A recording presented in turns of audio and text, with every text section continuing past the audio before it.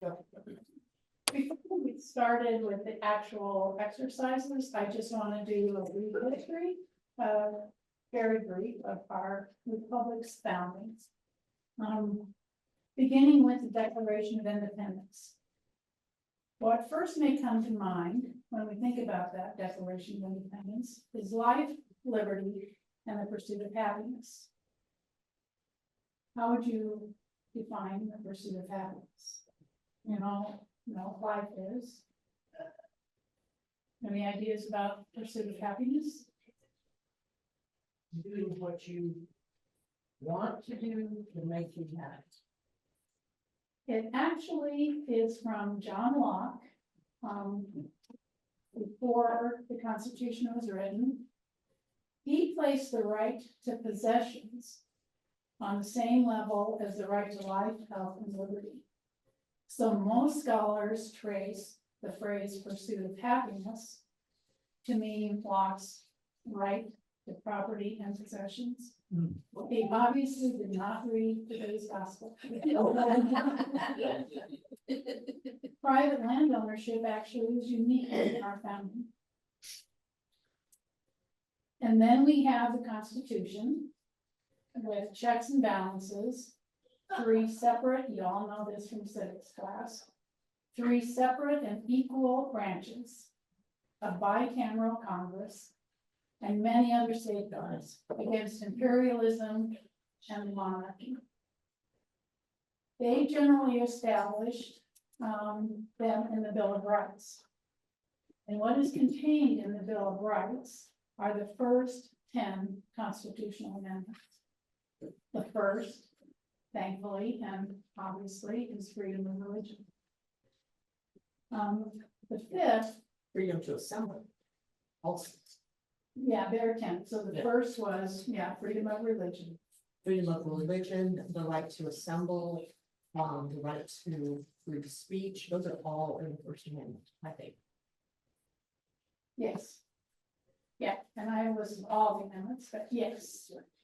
The Fifth Amendment is a protection of rights to life, liberty, and property. So there it is again. The fifth. The Ninth Amendment was that other rights, those not established by the federal government, are to be kept by the people. And those rights are not to be construed to deny or disparage others. It's interesting stuff. The 10th Amendment, and that's when they stopped including them in the Bill of Rights, is that undelegated federal powers should be kept by the states and the people. So anything not specifically delegated to the federal government belongs to the states and the people. Tom Jefferson said we should govern ourselves at the level closest to the people. That actually is a part of our paradox. I will say that there was an aspiration early on for a decision by consensus. Very interesting. Originally, there were 6 Supreme Court justices, an even number of Supreme Court justices. They wanted a decision by consensus. There are still 6 or 12 jurors, and we have 100 senators. Even numbers a lot. One little interesting side note, as I've said many times, our church canons model the Constitution, and in our vestries, we still have 6 or 12 people. We still have an even number of people. We're all sons and daughters of the Revolution, if you're an Episcopalian. That lofty notion of consensus fell apart really pretty quickly. And today's polarity that we see is not the least bit new. Alexander Hamilton was a Federalist, and the Federalist believes in a strong centralized government. He would now probably be considered a centrist Democrat. He was killed in a duel by Republican Aaron Burr.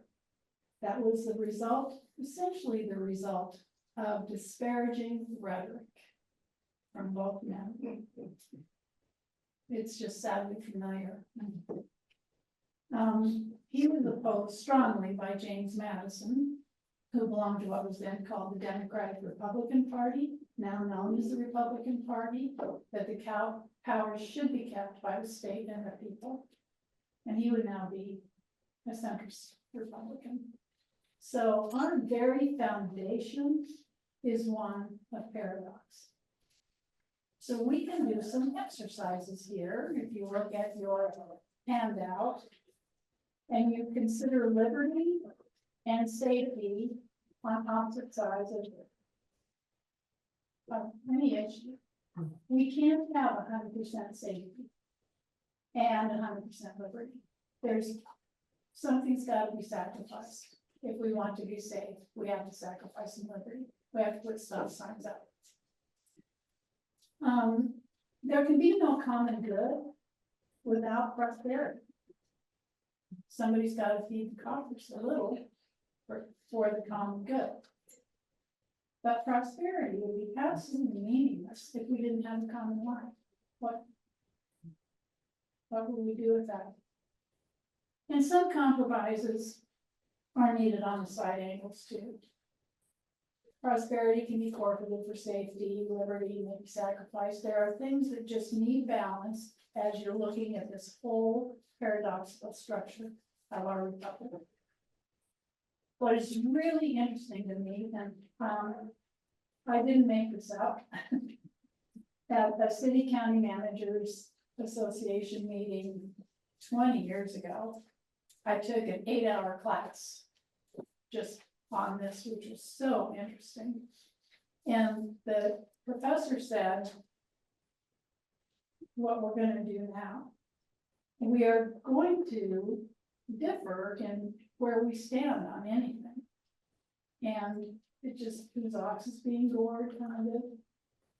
So we're going to go through these exercises. We're not going to follow strictly along any ideological lines, depending on what the exercise is.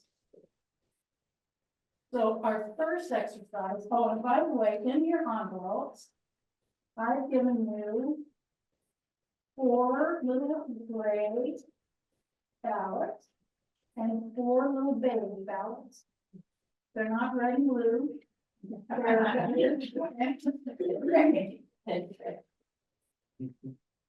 So that's what we are going to be voting on.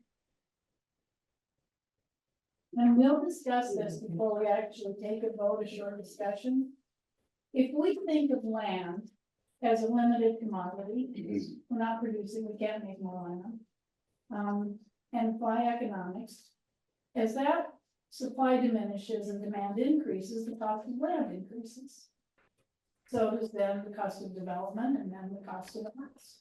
Just duh. So let's say your town received competing proposals for 20 acres of land at the edge of town. One proposal and financial gift is from the land trust to buy and preserve the 20 acres of open space. It has historically been a prime deer migration area. The competing proposal is a financial gift of your town from the housing trust to buy and develop those same 20 acres for 200 units of affordable housing that's suitable for density. It's affordable housing is very suitable there because infrastructure. So you're sitting in a town council and you're deciding between affordable housing and sensitive land for historical deer migration. What's your choice? Do we have enough information? You have all the information you need right here. Well, but how scarce is housing? How heavily needed is that housing? How strongly needed is that? And we're already empty. We have like 3 empty houses in our neighborhood. Why can't they leave the deer alone? There's probably plenty of empty houses in town. I think affordable housing is probably not a crisis in those places. Let's think that you're sitting right here in Fort Collins. In Fort Collins, we have 3% empty apartments. In Denver, there are 30% empty apartments. So housing is an issue. And we're sitting on deer migration. So let's think about what else could we do here? So how trustworthy is, so affordable housing, but is that a legal thing? I mean, do the people who own that housing development have the right after 15 years to raise all the prices? No. It's deed restricted. Affordable housing is always deed restricted. Deed restriction. So on your deed, when you sell that house, you can increase the value 3% in some places, 12 in others. It depends on, and that's all. Yeah. Can't, that's a city count. Yeah, you can't. You can't. That was another piece of information. I think it's. Yeah. What about density? Doesn't say anything about density. About what? Density. Okay. With infrastructure, you can put 200 units on 20 acres if the infrastructure's there. Yeah, that's not gonna be a problem. Think of all of Europe. With all of their clusters of houses and the land is all behind them. They have not done, They're not driving everywhere. well, and they don't need to. As Felicia and I were, and Lyle and I were driving to Pinedale, and I referred to that thin veneer of development. That thin veneer of people owning 5 acres of property, which is too small to farm and too big to mow. Just because they can, we're back to property. So, I wonder if there could be compromise where you could put 150 units and have your migration corridors where the units are facing away from the corridors. if we have time to do that. If I can then go to the donors of the land trust. Yeah. Because we've already been through this right here in our little congregation. If the donor donated money for deer migration and it's being used for housing, I need permission from the donor to change that donation. So we're talking about a lot of time, in which case the developer is gonna come in and buy that land and say, I'm gonna put 15 houses, acre each, and there's no affordable housing and there's no migration. So here is a paradox. If you, I'm gonna pass the plate. If you are gonna be the town councilor and you're gonna vote for housing, get your little gray thing. If you're gonna vote for migration, get your little beige thing. The gray is housing, tan is Right. Migration. migration. Tan is the. Jan. Yeah, Jan, Yes. you got it's not just deer for deer, but they're often trees, they're plants, there's water. All those things really have to be taken into account. Will you have enough water? And if indeed you have the infrastructure, will you have the infrastructure, or like in parts of South east of Fort Collins, there isn't enough electricity getting to that area. Let's assume that there's, All these other things, and if we're going to eliminate the place where hills are, we're also meaning to have trees and obviously other important things for the environment. And all the. Oh, cast your vote. It's at the edge of town, it's right in town. But in the part of the city of New York, what we did is any farmland that was the introduction coming into the village could not be developed. It went to the land trust to protect the character of the town. That's great, because of housing has gone up, we can't produce more. Every acre that we use increases the value of the acres. Believe me, I come from the development. I got a pretty good understanding of it. You know, we're pretty evenly split on this. That's so cool. That's so cool. Online, is it vote? Yes. I want anonymity here. What we had to do in this exercise was we had to move around the ring. If you voted for there, you have to vote there. The point was, we're not gonna travel with the same people ever. What I hope to see is that you're not gonna have all the same color left. So, the next, I've seen this exhibit, by the way. Robert Mapplethorpe is an openly gay man, photographer, beautiful photographs and artwork. And his, it's graphic. In his exhibit, The Perfect Moment, sparked a debate all throughout the United States about using public funds for what was considered by the boundaries obscene. And the flip side was, he has a constitutional right to free speech. So it was after his death that he found, or before his death, he founded the Robert Mapplethorpe Foundation to protect that work. He traveled around the country as a fundraiser. This big exhibit is a fundraiser. There's a hip town in LA that had it in their publicly funded museum. So it's a good cause. It benefits our LGBTQ community. It's pretty graphic. So can we let that exhibit in publicly funded areas, or do we keep it out? Many art museums have nudes, female nudes. We have, Europe has David. Europe has David, yes. And has that. Sure, as well. So what do you thoughts about this proposal? Let's say it's gonna be in your public library, Where kids go. where kids go.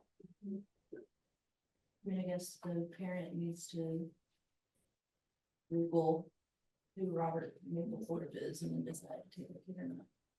Yeah, so we'll be caught. Yeah.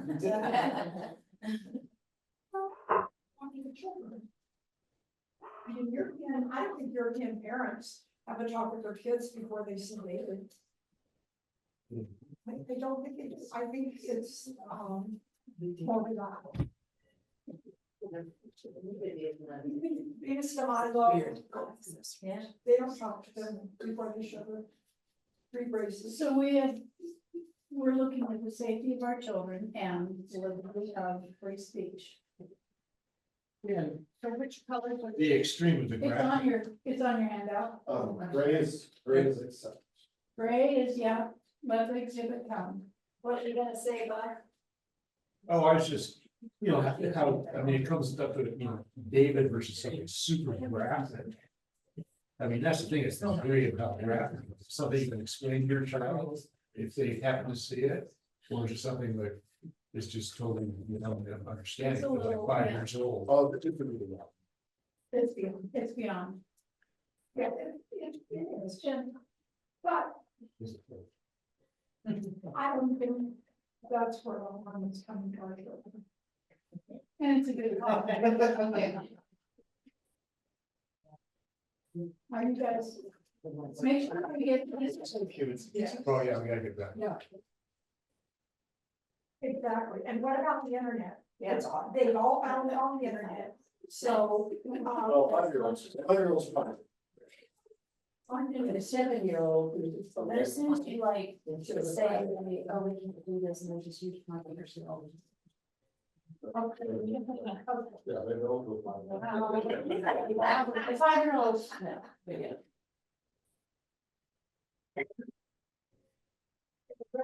Oh, as the only retired librarian Oh, thing in the group.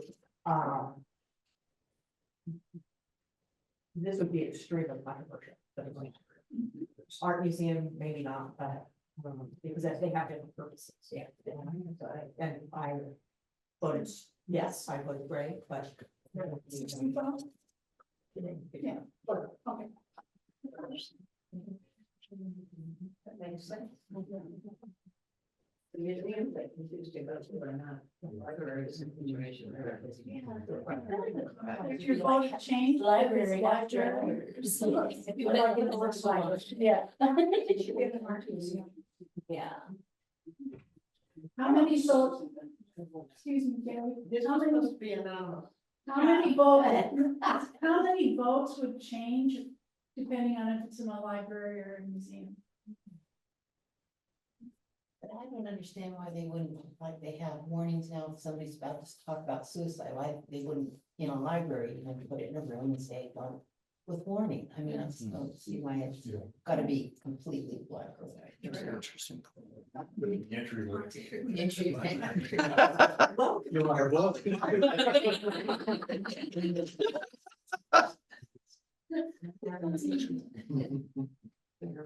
So here's, Lori Cadridge provided this for me, you know, Lori Cadridge in our congregation is the assistant county manager for Laramie County. Big job. Sorry, I missed it. Could you tell us what we voted? What you voted was, the vast majority voted yes, which scandalous, flabbergasting. We're so liberal. Yeah, unique audience. The yes vote, a gray yes vote, might have not been liberal or conservative. That's true. I took my time, so this exhibit, there was a huge exhibit that they had starting in the eighties. And it was first supposed to come to Curtis Smithsonian in DC. Yeah, I'm sorry, in the late 1980s, there was a big exhibit, Traveler. It was supposed to go to one of the Smithsonian museums, and then they backed up. And then another private museum in the city took it. So I took my dad, Air Force Colonel from the South, Republican, being the young rebellious daughter I was. And Was? no longer young. And we walked out and he said, "Southern accent. I wouldn't show that to my dog, but he's got a right to make it and to show it." So it is both things, right? Yeah, it's definitely. Charlotte lives right here. Charlotte, did you like this? Are you enjoying this on Taft Hill and Harmony? She did. Yes, Charlotte's right down the street. There's a joint project, city and county, to widen the road, install sidewalks and bike lanes.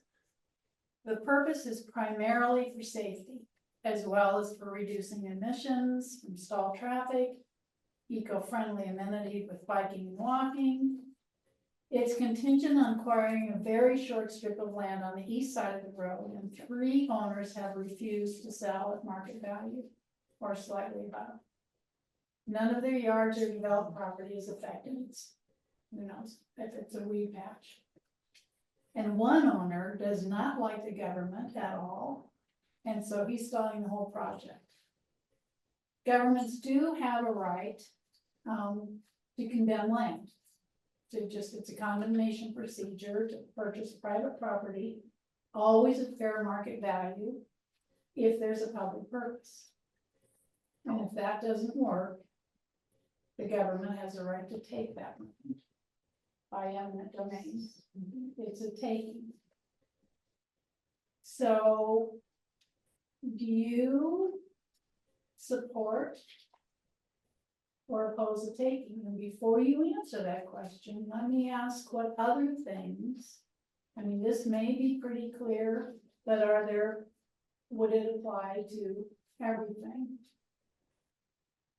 Because, Do we know whether the people are living in the houses? I know their yards are just trash, but are people living in those houses? And one apparently has been living, it's a family house, he's been on that land for generation after generation after generation.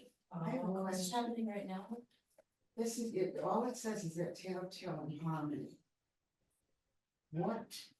Is it like, Taft Hill, where they wanna make the strip, or where is it that they? Or is it on Harmony? It's probably along. Yeah. I don't know, I just, It's, Taft Hill is really far, is east of Shield. Yeah, it's like, just like, it's like Bridget. West of Shield, it's That's what? west of Shield, Okay. yeah. Well, that Shields and Taft Hill are pretty good. Distance away, Well, they're a mile apart, they're my, a mile. yeah. So, but Taft Hill's the furthest west major street. in Fort furthest Collins. Yeah. And they want to put the, they want to, increase the size of the roads, What? width of the roads. yeah. What Shields to Taft Hill? No. No, not, it's along Harmony, probably at Taft Hill. And the reason that this came up is that there was an annexation. Sorry, Lori's not here to explain. And this is the last piece to be annexed, and they did all of this road improvement, so it's 2 lanes. Then right at that intersection, it goes to 1, and it goes to 1, well, Right at let's what say it's intersection 4. it goes to. That- It goes from 4 lanes to 2, and then 2 to 4, and so it's just a jam. There's a. Yeah, I know, I jam. live over there. Yeah, And that, intersection there at Taft Hill and Harmony is really dangerous. There are a lot of accidents there. that's why we're doing this. Yeah, So, makes sense. okay, so it makes sense. But why did they start widening the road? The parts they needed. And there's a lot of, there's a lot of development. So there are 3 holdouts. And it's stopping the whole project. Eminent domain. And so do you think it's okay for the governments to exercise a taking by eminent domain? Yes. Okay, well. What percentage of people over there are for versus these 3 people?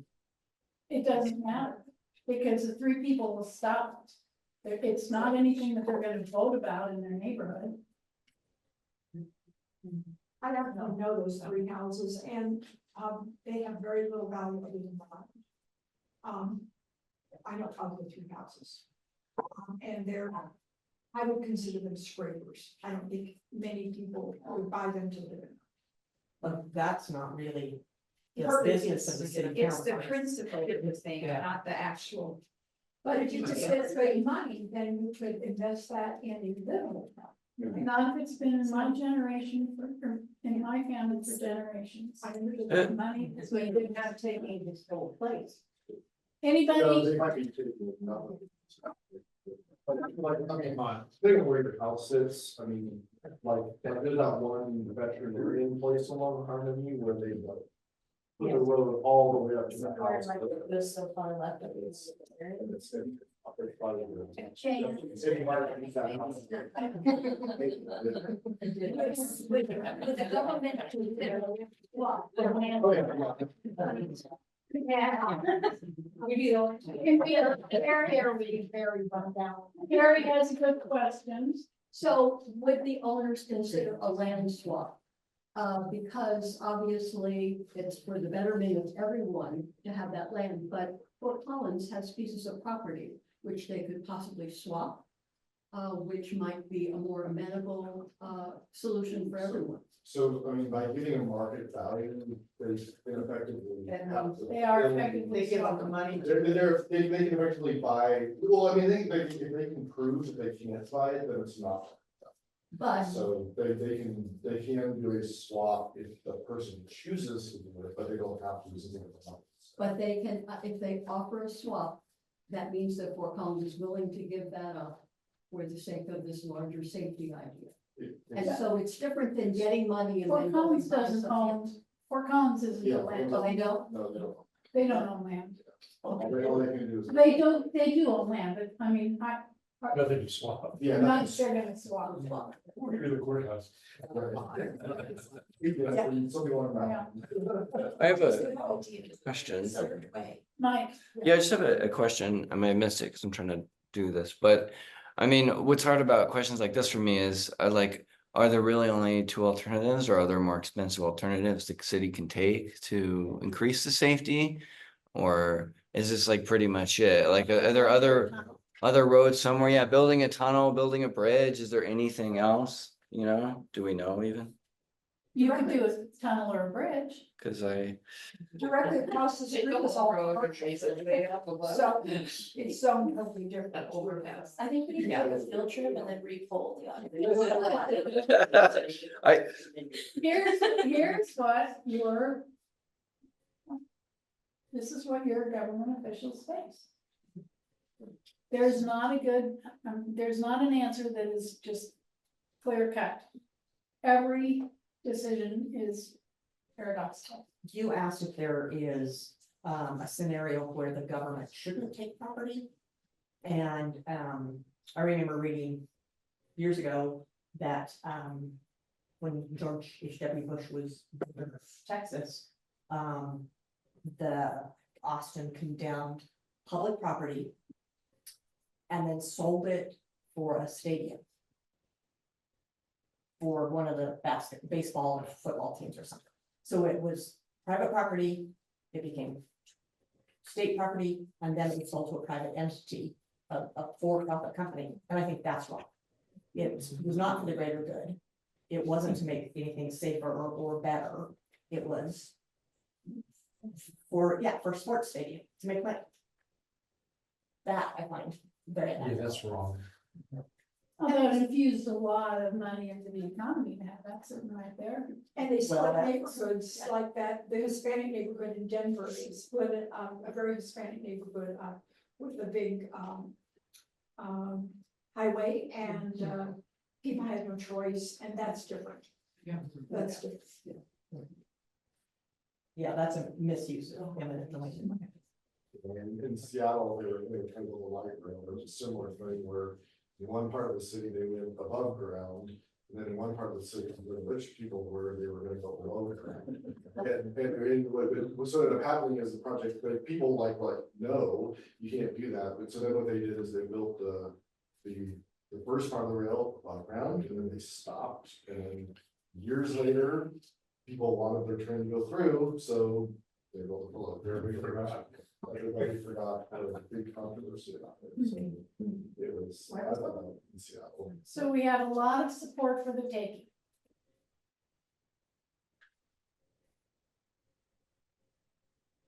Okay, this isn't a scenario.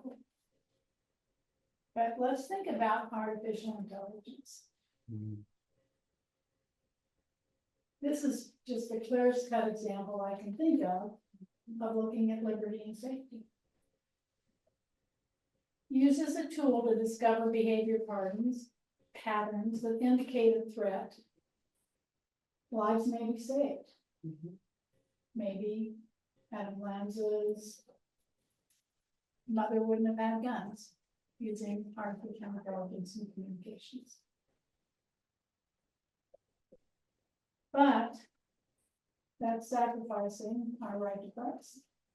our right to what? Privacy. Can I ask Google? Serial. That's ChatGPT. I mean, the whole reason ChatGPT even exists because there were no laws to say that they couldn't. They just scraped the whole internet. Then it was after the fact that they were like, oh, you shouldn't have done that. It's too late. Yeah. Is this the government, is this our federal government's role? To regulate AI. Who else would regulate us? The stakeholders that these companies are. That's right. I mean, you can, I think I'm the only one here who's ever written an AI algorithm, but like the developers care a little bit. We definitely care, but like the stakeholders definitely, it's just like, here's your ticket, do that, and then I would ask questions like, is this morally right? But there were no laws about it, so they're like, yeah, just do it. And our federal government has the capability of doing this regulation, where, in what departments do we put this? Use, make a new one. Federal Communications Commission, I don't know, we're in a year from the FCC also. Yeah, I mean, it would be. It would be in the FCC. That's it, yeah, Federal Communications Right, Commission. right. Get rid of space Yeah, force. yeah. Depends on where the money is, because if you go to Homeland Security. Yeah. Yeah. Right. And it is a security threat. How about the FBI? No. And They wouldn't have the capacity. So They don't have the capacity. it'd have to be NSA or Department of Defense that would have enough capacity to actually regulate it. Or the know-how, they have to bring in all the people to put into the FBI to run that, because it's really tied in with communications too. so the first And Congress it's would our have to federal pass the government's law. role. It's, Like, Do we have? it's an interesting, I mean, to me, it's like, it's an interesting idea to regulate it, but like the practicality of regulating it is probably not possible. What about national security? You know. Is the underlying assumption here that we do have privacy? Good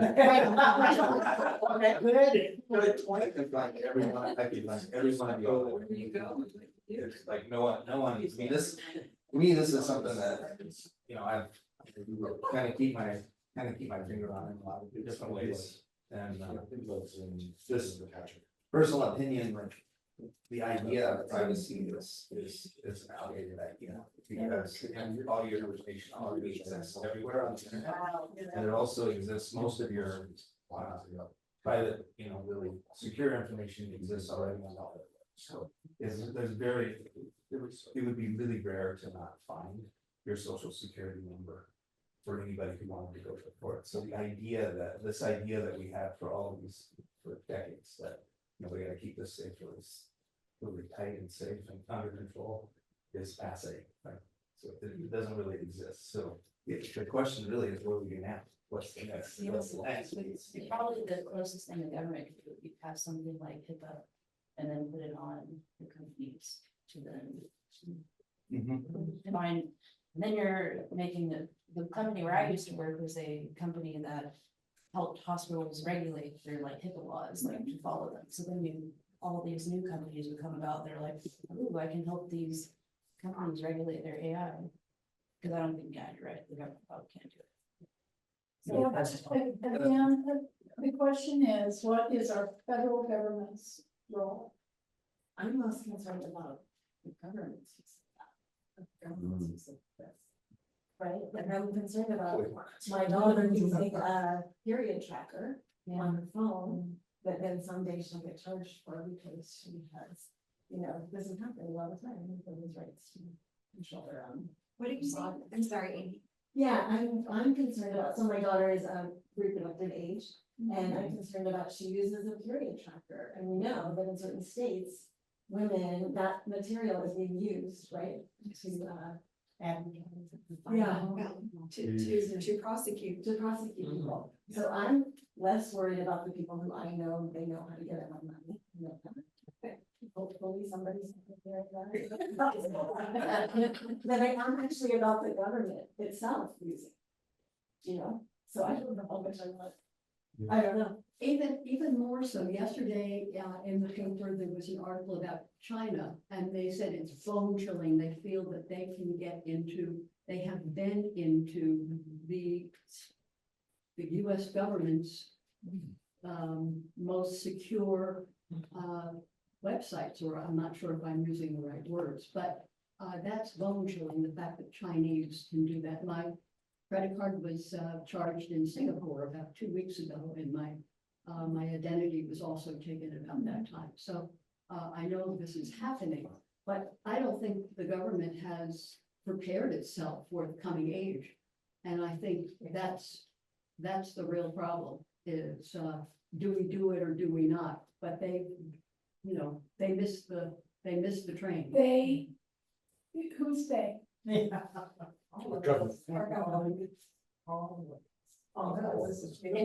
terms of, I have relatives who work for the State Department, and they will say that that they have not been brought up to date in any of the technology, so. Mike has something to say. I just want to add really quick, especially thinking about this, like, oh, it's already lost, kind of, we don't have privacy concept. It seems like if things get more and more gray, a question to me, I would think it's more a matter of like how much and deterrence. If it's not just a simple yes or no, I mean, there's still like, I would say, yes, the government should do something to at least to try to. I mean, even if, you know, we can't control or the government can't control, like, it seems like there's some things that can be done to at least deter, make it harder, you know.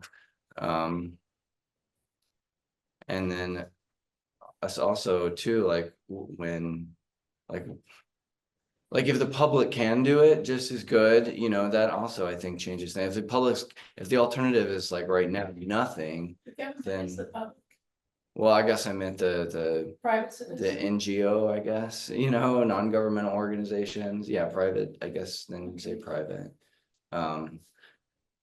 Cause like, sometimes, you know, when you say like, well, this is wrong because of this, and this, but if the alternatives are more wrong, then like, that sometimes I think is the issues that we face, right? It's like. As a citizen, can I protect myself? No. From that. From that? Security. That was. Would it be different if all of these technology firms were made responsible for what they're doing? As most other. You know how that is, like, your credit breaches, like, they don't even have to report it until like years after they find out that it's. That the laws are like, once you find out that there's been a leak of data, it's like. The earliest I've seen is if you 6 months away from they usually is like a year. So anytime you see them like, oh, this has been compromised. Yeah, I think Wyatt's got a problem in the mail for some. It was like in 2020, and they gave dates, in 2020, we did have this, and 3 weeks later, we did this, and 2 weeks later, we did this, but. It's almost 5 years. And it's like, okay, thanks for coming. And that's the law, that's the law. Well, the reason for this exercise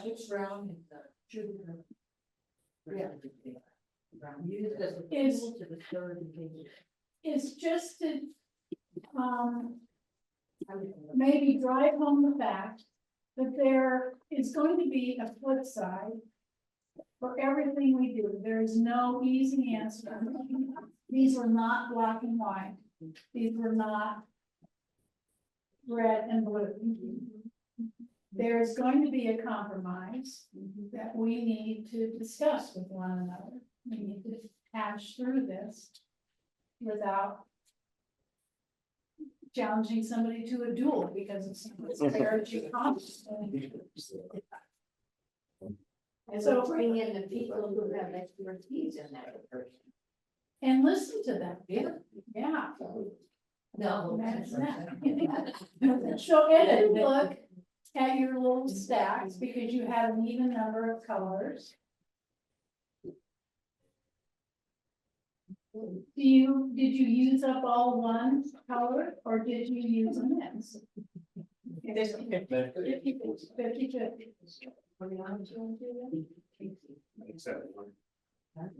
So if it ends, Take his name. we give off 3 and 1, 50-50. We're all seeing both sides. Yeah, it really does depend on the issue. And we will come in a more conservative, if you will, launch for the people, etc. More centrist area. These decisions are not easy. So if you look on the back,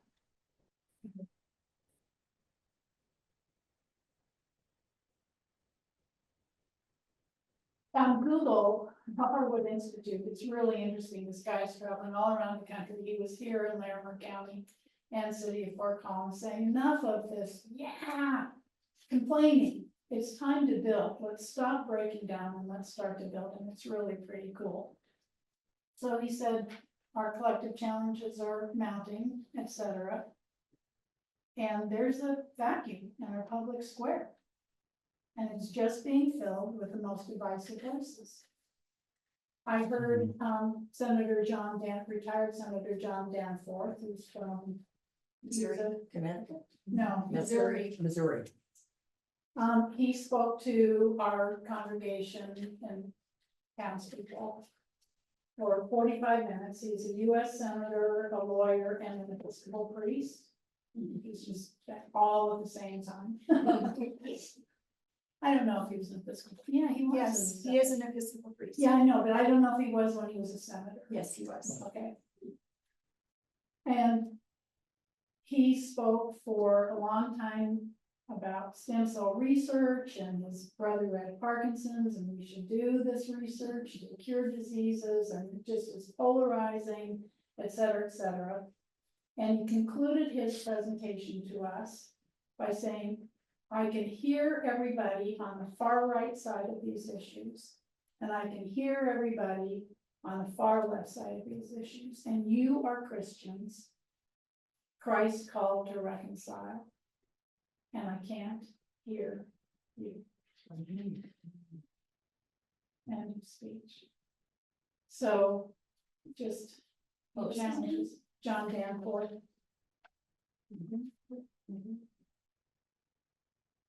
The other one is Ken Burns, good old Ken Burns, you know, who he is, the most important political office is that of a private citizen. So here's my request for y'all. Learn, get involved. There are so many boards, historical society, you can go to the library, the Friends of the Library, etc. Sign up for the newsletters, volunteer to help. And find time to attend a town council or city council meeting or county commissioners meeting. Before you go, read the staff reports. Maybe there's not going to be anything controversial. I doubt it. But find out the facts, because the staff gives a whole report before any votes are taken. Read that, both sides, just like the state of Colorado does when they've got a voter. Here's the argument for it, so we could read that and stay informed and go to the meeting. And sitting in the meeting, you may want to just expect civility. We can be the conscience. Going to the meeting wearing a priest collar really enforced, really is. I can tell you where you can get one. It might be a good idea. Everybody shows that. That might be. Eddie Hopkins is the pastor at Peak, and he just goes to town city council meetings and sits there. Our own presiding bishop, Michael Curry, the current presiding bishop, moved the diocesan office in North Carolina to next to the State House for no other reason than to just be there as the conscience. If we don't expect civility at the level of the HOA, we can't expect it at the state, and we can't expect it. We cannot change the behavior in DC until we change the behavior of the HOA. Yeah, I mean, my HOA, like, nobody ever goes to the meeting, and we didn't either, and then recently, they voted, because we have, prairie dogs behind us, because nobody was there to be the conscience, they exterminated them, rather than you can trap them and move them, and nobody was there to say, hey, don't do that. And now there's this huge uproar, and everybody's going to the next meeting, like, Yeah. why did you kill all these? They were like corpses, they're not a common area. But prairie dogs. So yeah, I mean, Yeah, that's not very. it's too late to complain, it's too late to participate. Judy? Two things. One is, I don't know if you've seen John Stevenson, periodically we get a announcement in the epistle about the Office for Government Relations, the Episcopal Church. How many of you are aware of that or have been to that website or are involved in that? Okay, it's very easy. You can go to their website and you can sign up to get, what they do is they take issues that have been voted for at national convention that the Episcopal Church wants to support that have to do with the common good, basically, like, and around the world and our country. And that's involved in legislative issues. And they keep track of all this, and then they also, with all the laws that are coming around, and they will you can sign up to get alerts, and they will send you an email, and you can go in and put your name in, put your information, your personal information, and it'll remember it. AI. It'll remember it if you want it to, you tell it not to, but then you just say.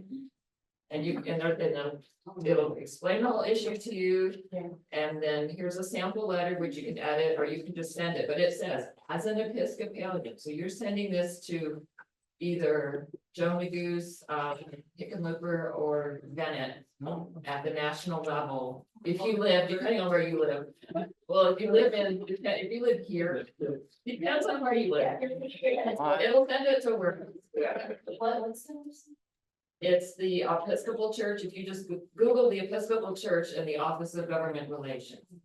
So in there, so you can, and they'll send you, and you can just send it out, and they'll send a letter, and then you'll get letters back from them, thanking you for your letter, and you're on their email list now, but that's an easy way to be involved. Also, the other thing was about a month ago, Thank you, guys. we sent a letter from the 301K partners from the social justice to the Fort Collins City Council, specifically Kelly, who's the representative for this property.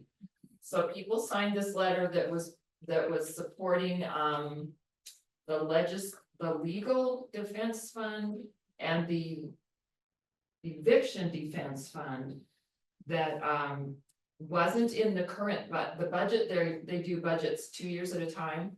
So they pass a budget that's for 25-26.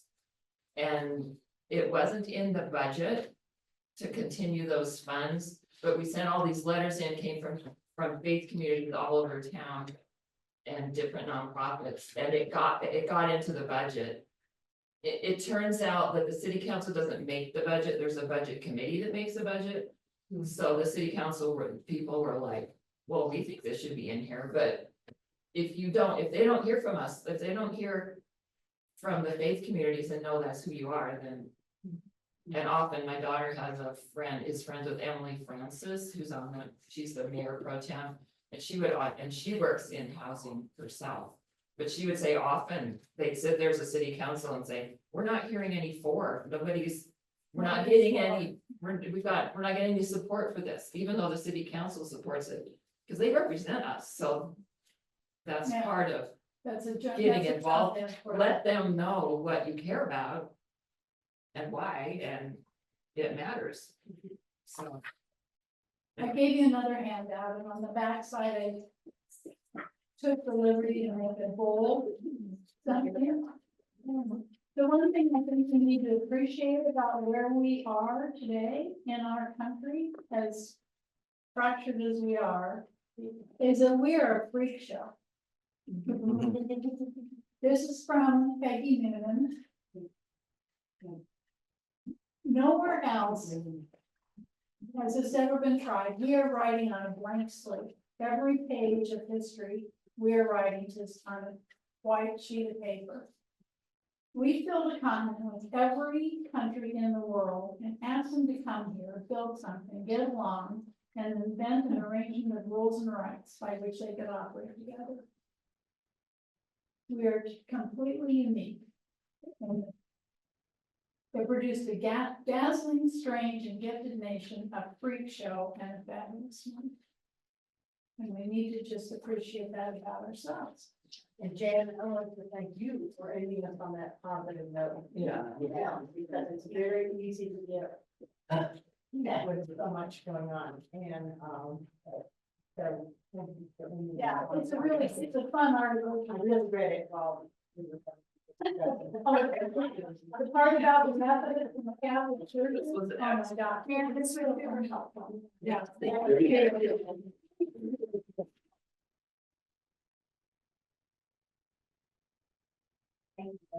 And thanks for the envelopes back, now I can, somebody can mail my bills. They don't send it in this week, they don't do all that. They want anybody to check it, I got it.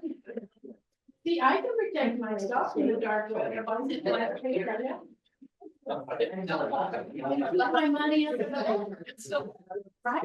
It still is a bank. This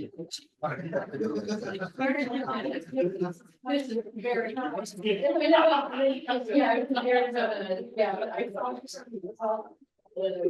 Sanctuary earlier. Nice to hear.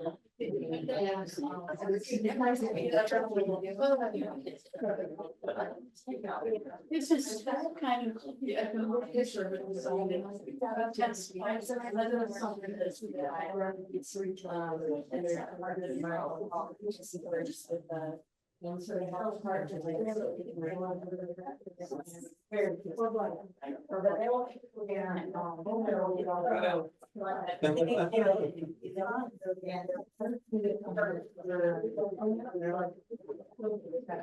Thank you, Jen.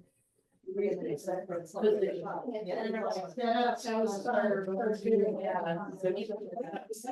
were questions that you were. In California, that's the first thing. Yeah. Comes up, yeah, it's like, okay. Where do you guys call it? She said something. Thank you, Charlotte. Thank you, Mike and Jan. Hi, Charlotte. Hi. Would you giving us a link down? Oh, I get that. I just posted that link. She was just saying goodbye. Sorry, Charlotte.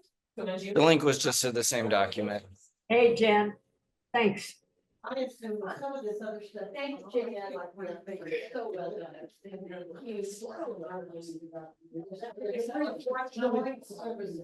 But there's been other events. But there's so many that you like, we all.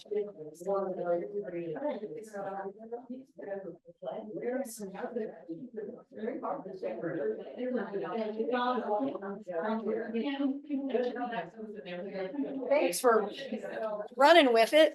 Thank you. I managed to get my computer that helped us get it on time. Good. Among other things, so suppose we could, if we just end this, it'll automatically be recorded on Zoom, right? Yeah.